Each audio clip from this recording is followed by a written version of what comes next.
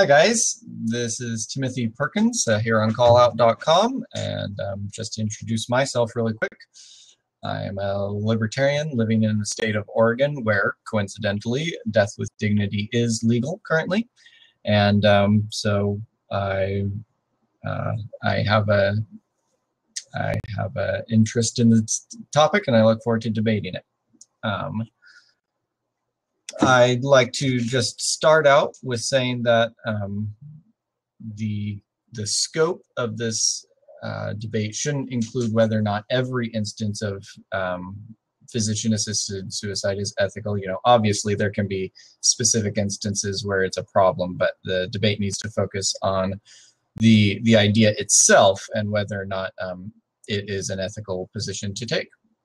So now I'm going to let my opponent go ahead and introduce himself and give you guys his thoughts. Hi, I'm Angelo Kyriakides from Vancouver, British Columbia, Canada. I'm 33 years old. I'm a youth pastor, part-time security guard, and I love God, and I seek to share His truth with other people. And I thank you, I think it was Timothy, but yeah, I thank you, Timothy, for being patient with me and my going back and forth about whether I was going to debate this topic or not. But yeah, thank you, and I pray this goes well.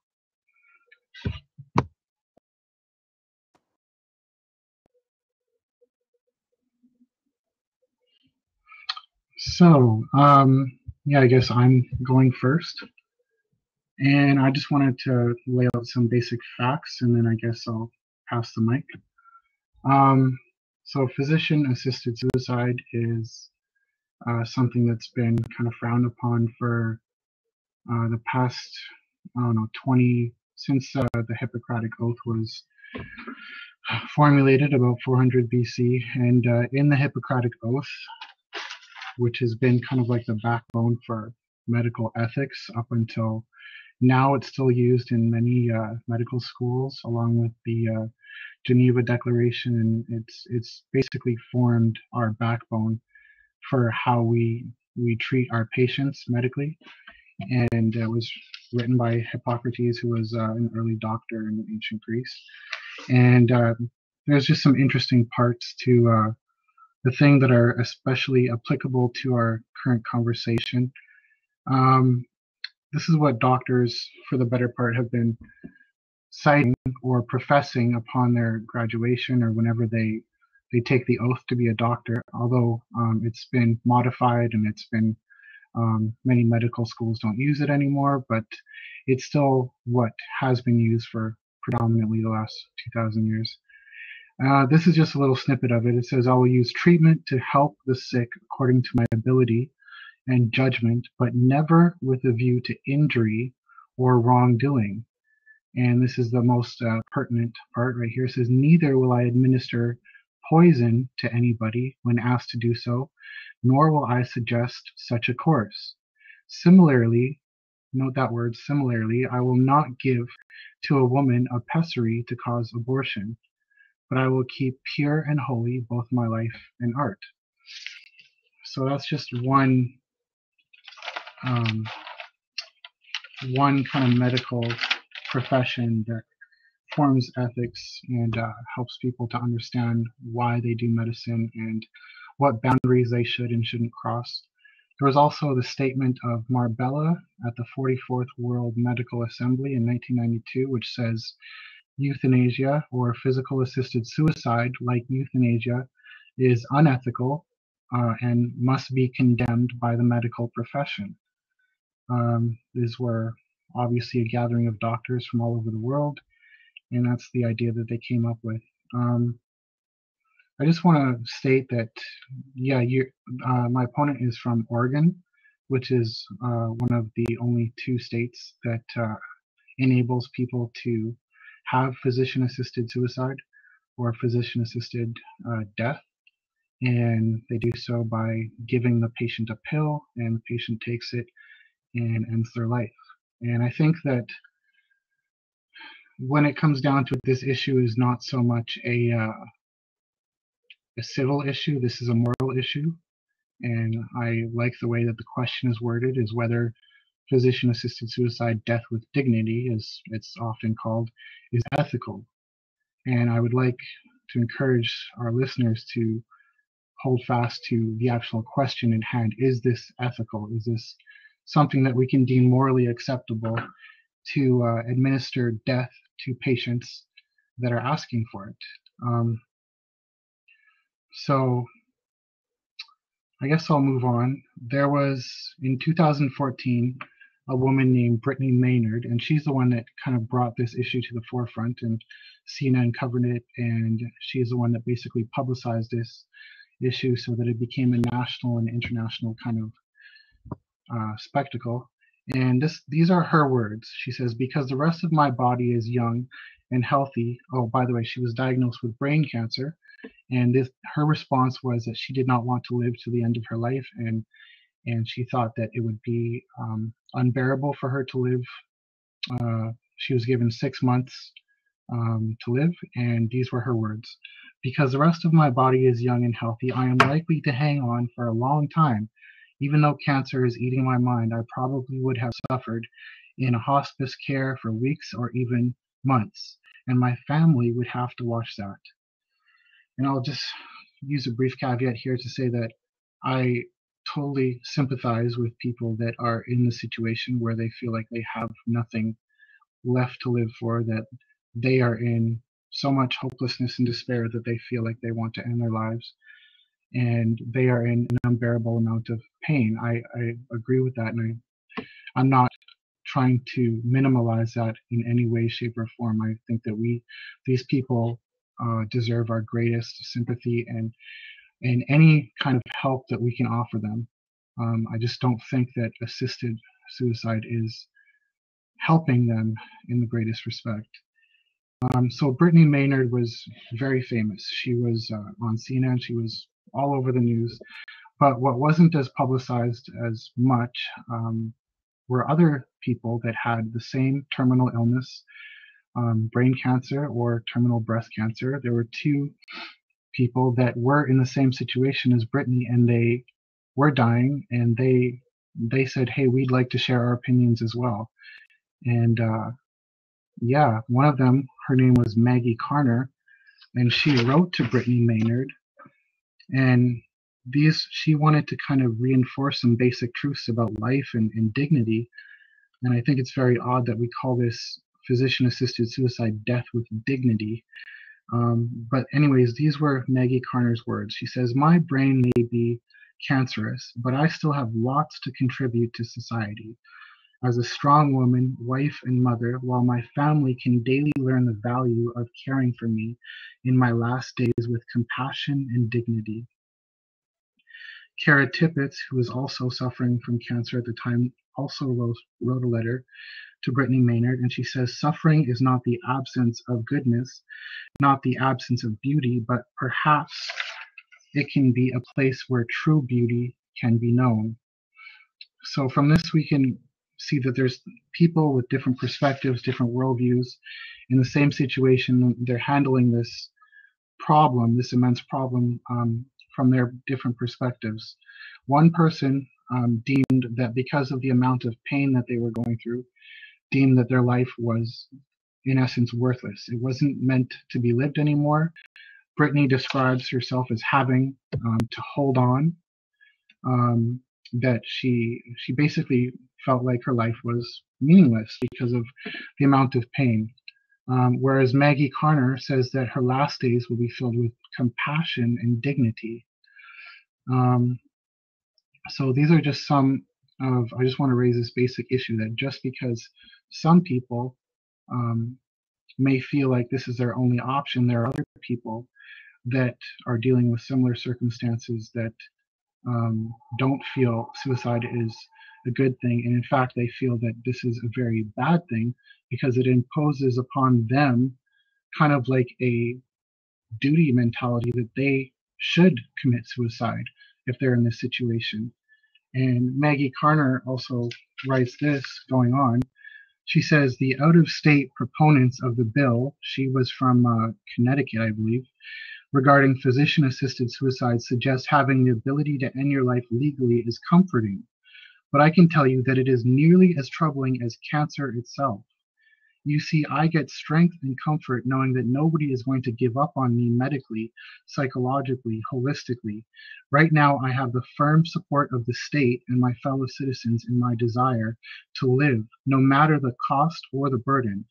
If that were to change, now she's speaking of if physician-assisted suicide were accepted in her state, this is what she says: if that were to change, the tiny knowledge that I might be straining my family, my friends, my doctors, or my community resources unnecessarily would be a heavy burden.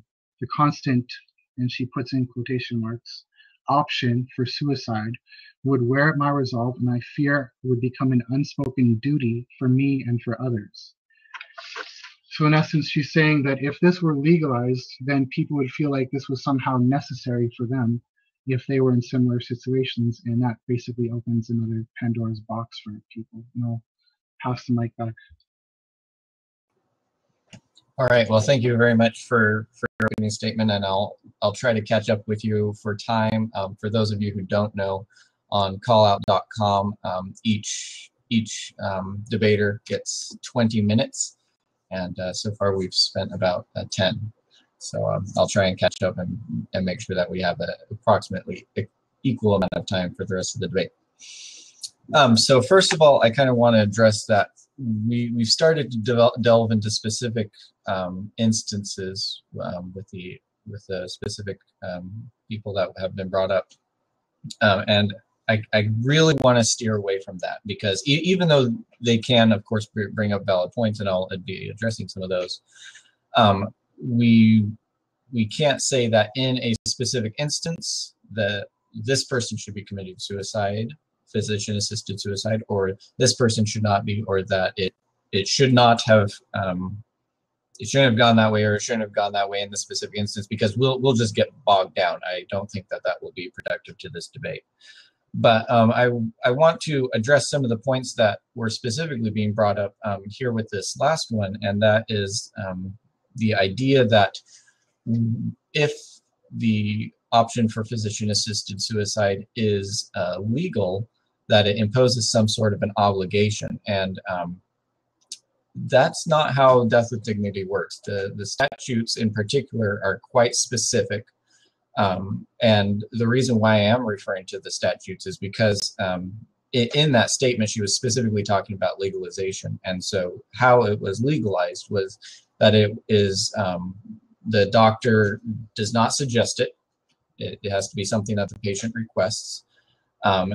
And it is never something that a patient would be asked to do, or I mean, you can't really control what any family member might say or what have you, but that's kind of separate from the idea of the of how legalization could impose the idea that suicide should be the way out. So it's never suggested or required by a physician. It's never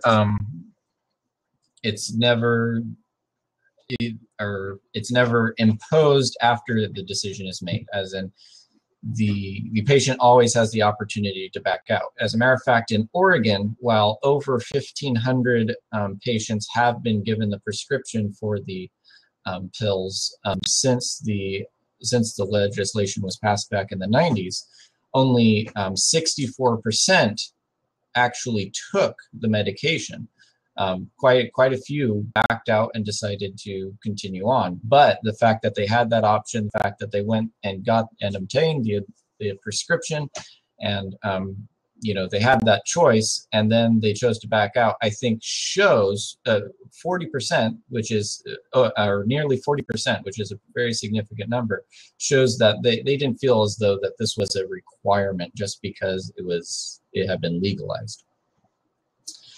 So moving back up to some of your other points, you brought up the Hippocratic Oath, and as you already pointed out, it's not currently a required thing in the medical profession, and it has been updated and revised numerous times throughout history. and that is because it is reflecting the changes in the understandings of ethics that go on in the medical community, and those move parallel to medical knowledge. So it's important to note that the Hippocratic Oath, while it is absolutely very important, and especially some of the key principles behind it, which I'll be bringing up here in a minute, are extremely important to how medical professionals conduct themselves. It's not as though it's the gospel. Both of us are Christians, and we both acknowledge the gospel to be absolute truth, and the Hippocratic Oath doesn't rise to that level of truth.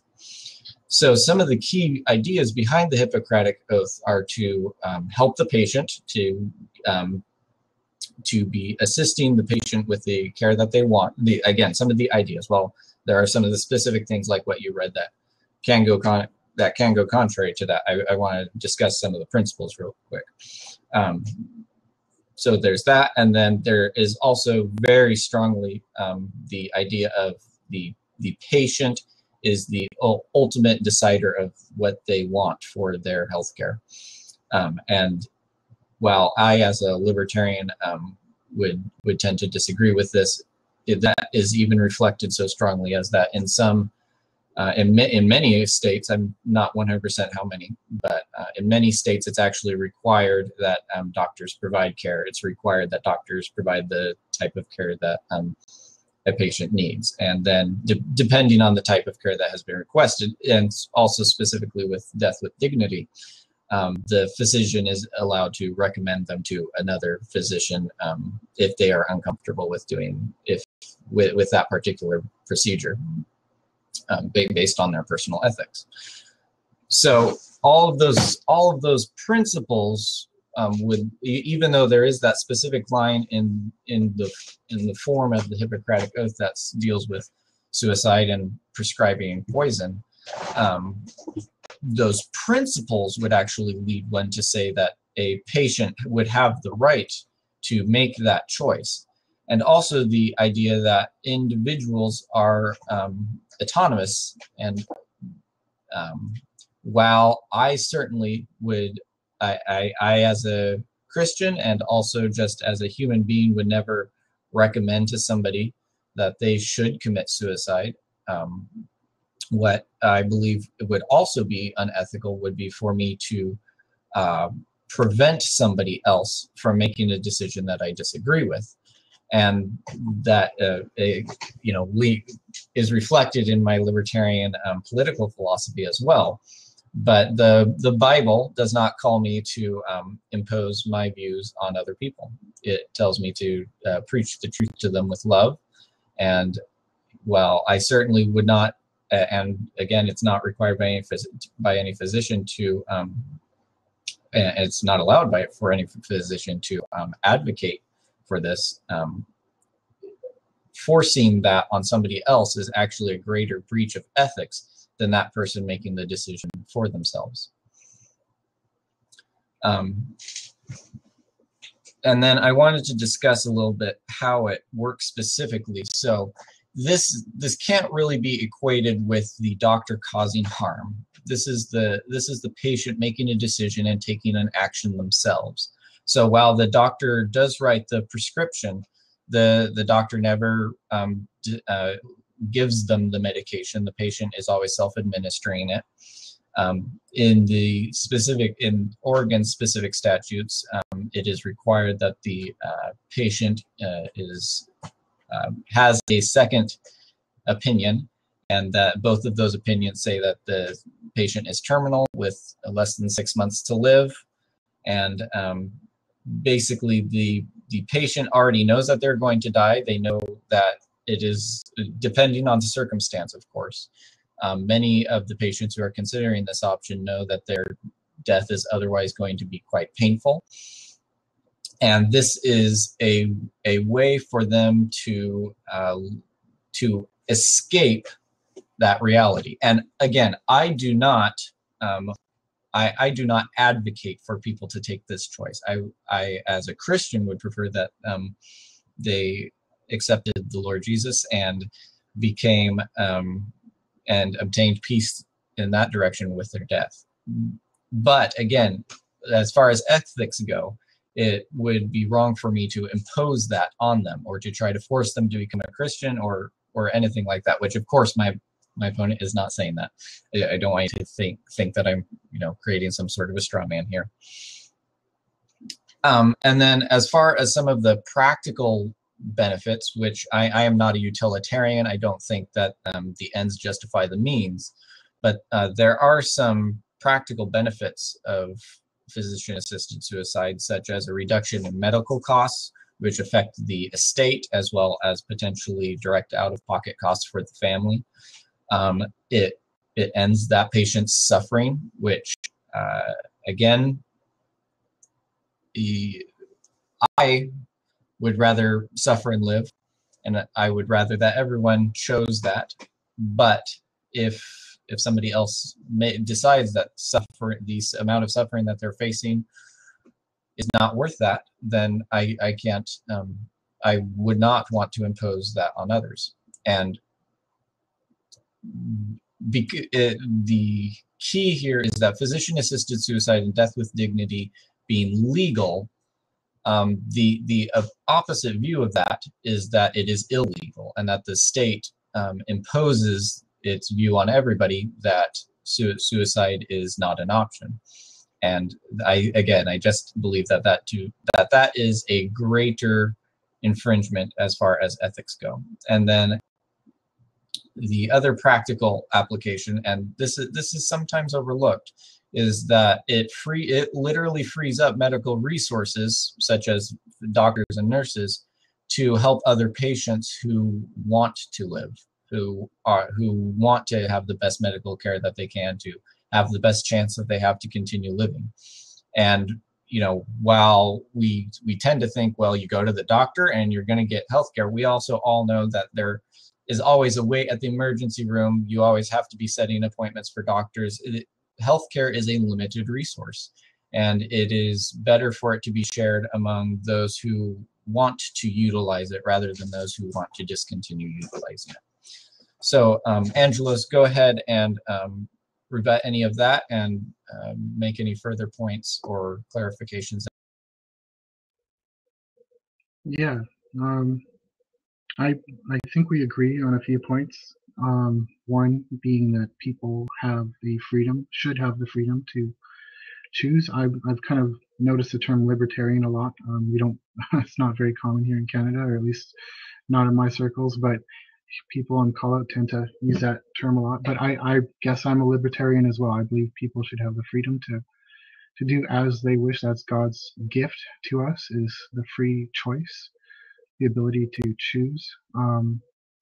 And the thing is, with physician-assisted suicide, though, people already have the ability to commit suicide, and if their mind is made up, then having a doctor help them is not going to ease the situation at all. I think that people have said that we just need better palliative care. We need to increase hospice and at-home care. Those things help end-of-life care. But what we do when we kind of open the door to physician-assisted suicide is that we are offering suicide as a service, as a medical service to people. And that's dangerous because it, like I've already mentioned, it first of all, we're sanctioning death, which as a Christian, I hope we can both, I think we do agree that life is precious and that death should never be sanctioned. It should never be kind of like allowed for by the state or promoted or kind of legislated. It should never be on the table in that sense. And what we have seen from countries that have legislated this physician-assisted suicide is that the numbers keep rising. And we're seeing that not only are people who deem themselves in unbearable suffering are committing suicide, but we're seeing people with diseases like autism, anorexia, bipolar disorder. We're seeing all these people that are willingly going through this physician-assisted suicide. And I know that you didn't want to get into any specifics, but this is what happens when we open the door for the the possibility. This is why the Hippocratic Oath was so important, because for 2,000 years it safeguarded the physicians from the possibility of having to do this or from wanting to do this. It was about a basic respect and value for life. And when people started removing the value of life, which I think I'm happy to see that you are very pro-life in terms of abortion on your Facebook page. But I mean, the very two cases that the Hippocratic Oath specified for the value of life and where a doctor should never take the life of another human being were in abortion and assisted suicide. So I don't see a difference between the life of an unborn baby and the life of somebody who is going through pain and they somehow feel that that's their option. Both lives are precious, both lives are invaluable, and there's no way that death should be offered in any case. I'll read some statistics about what's been going on. There was I think Canada is pretty liberal in terms of its physician-assisted suicide. The United States have been pretty conservative. Your state, Oregon, and Washington are the only two states that allow, if I'm correct, physician-assisted suicide.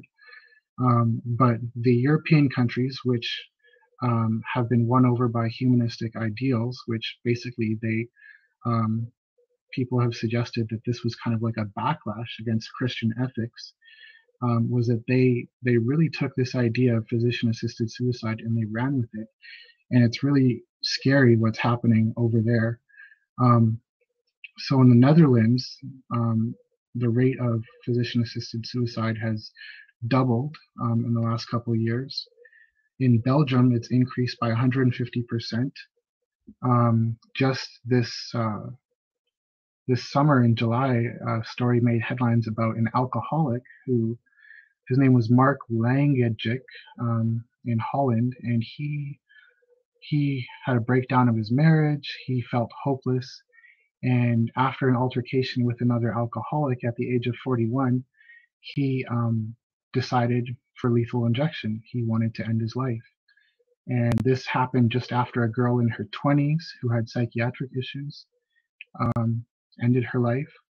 And like I said, this is when you open the door to sanctioning death and offering people this opportunity to take their lives,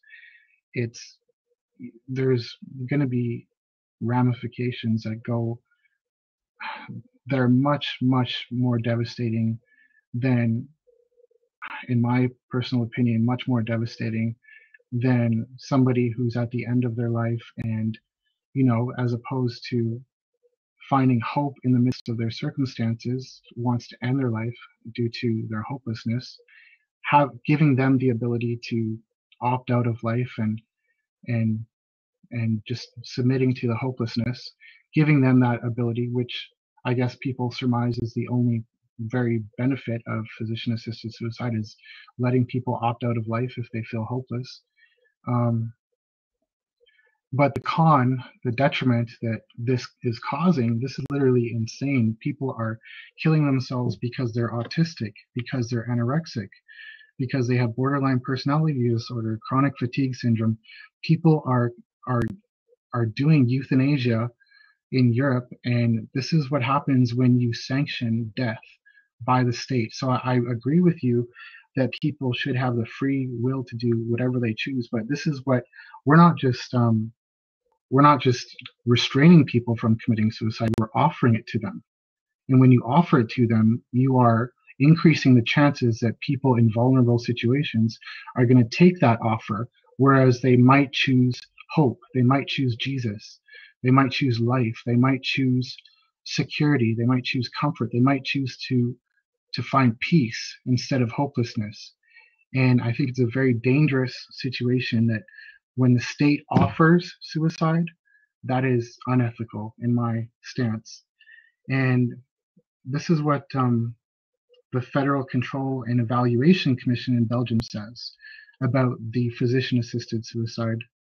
It basically, I'll kind of skip that, but it says that they're getting confronted by people all the time who are simply tired of life.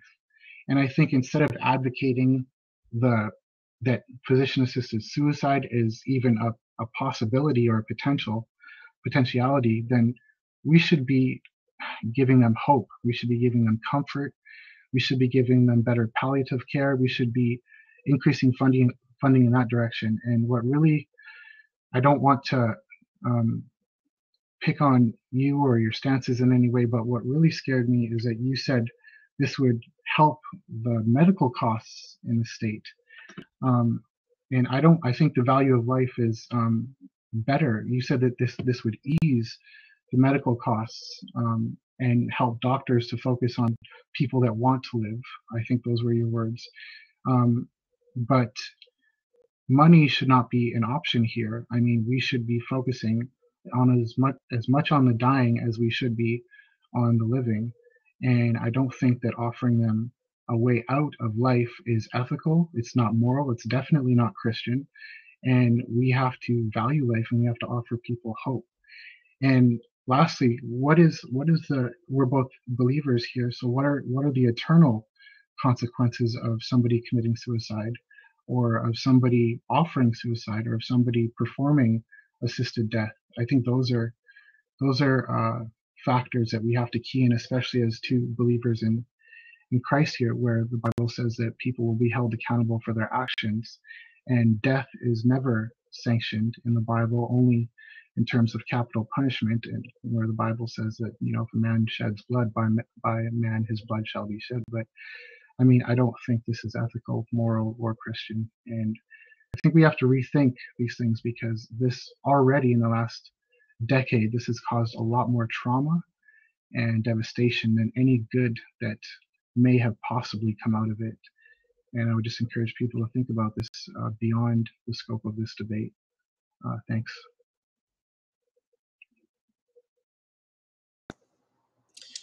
Okay, so there was a lot in that last little segment. Thank you for your thoughts. One of the first things that I want to address is, as far as what the Bible says, is I actually looked into that, and you know, suicide isn't something that keeps you out of heaven.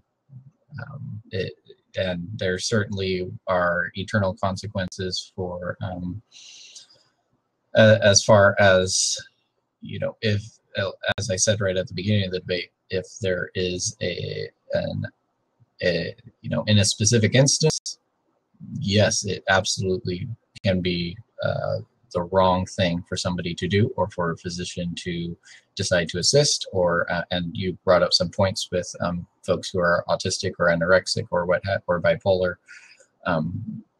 Yeah, you know, those would be specific instances where that should not be what is happening, as far as the Christian faith is concerned. But again, we're discussing the ethical implication of the act itself, and also of the physicians, of the state's prohibition on physicians assisting patients who have decided on this course. So I agree, and I already stated that I would never choose this, and I would advocate for people not to choose this. But we're dealing with the basically with whether or not it should be a prohibited item, and whether or not it is ethical as far as within the realm of what decisions patients and their physicians are allowed to make. So first of all, I want to say that there isn't state sanctioned or advocated suicide. The physician-assisted suicide is actually a neutral position. It's just not a prohibition on something. If it were being advocated for, then it would be tax dollars going toward it or being set aside for it or something like that. And that is not the case at all. It is merely an option that a patient and a physician are allowed to take. And as a matter of fact, there are quite a few prohibitions and restrictions on it, such as specifically in the state of Oregon, there's the requirements for a 6-month terminal illness with a life expectation of 6 months or less.